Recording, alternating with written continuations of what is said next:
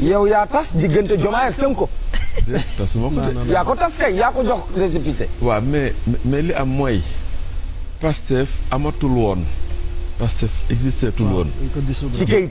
waaw ci kayit maanaam officiellement. maanaam ci kayit nañ d'accord ci baat boobu. waaw ci kayit Pastef amatul woon ndax boo amul kayit boo amul parti boo amul kayit boobu maanaam boo amatul récépissé nekkatoo parti. léegi ci kayit Pastef existé tul woon. voilà mais Pastef ci massification ci doole ci mbooloo.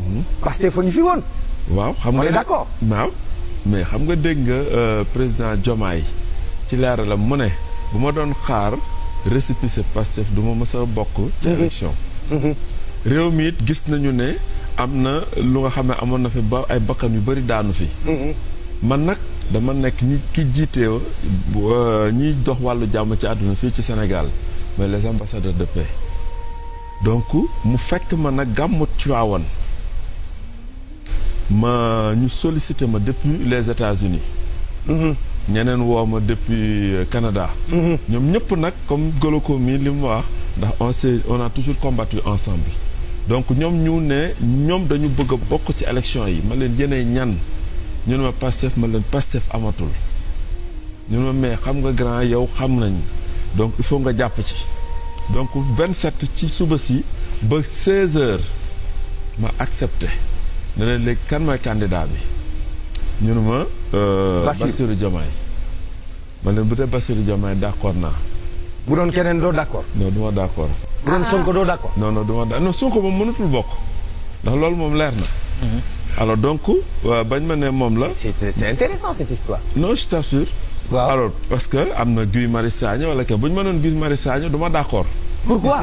waaw non du ma d'accord parce que xam naa ne du nitu jàmm bu ma waroon mën a jox mbir mi. non alors donc en acceptant dama leen ne je le fais pour la paix et je le fais contre l'injustice ndax fii 80 morts am tey jii affaire élection pour nga basculer dem guerre civile wala loolu dafa yomb. maa ngi xaar benn téléspectateur. yaa abal waa Pastef wala waa Diomaye président. te boobu. ñan nga abal Diomaye président amul. boobu Diomaye président amul. xam nga lu am. waaw maanaam man li ma def mooy man maa jur doom bi. xam nga doom day juddu après ñu ngénte ko. maanaam il fallait que Diomaye doon candidat. waaw doon candidat boobu. pour ñu wutal ko tur. waaw léegi Ousmane Sonko amoon na 26 députés. jël 13 yi pour moom. yeneen 13 mu jël ko jox ko Habib Sy. bu fekkoon ne Diomaye la bëgg mu bokk kon Diomaye lay affecté yeneen 13 yi ndax Diomaye mooy numéro 2 Diomaye moo doon administré donc parti bi.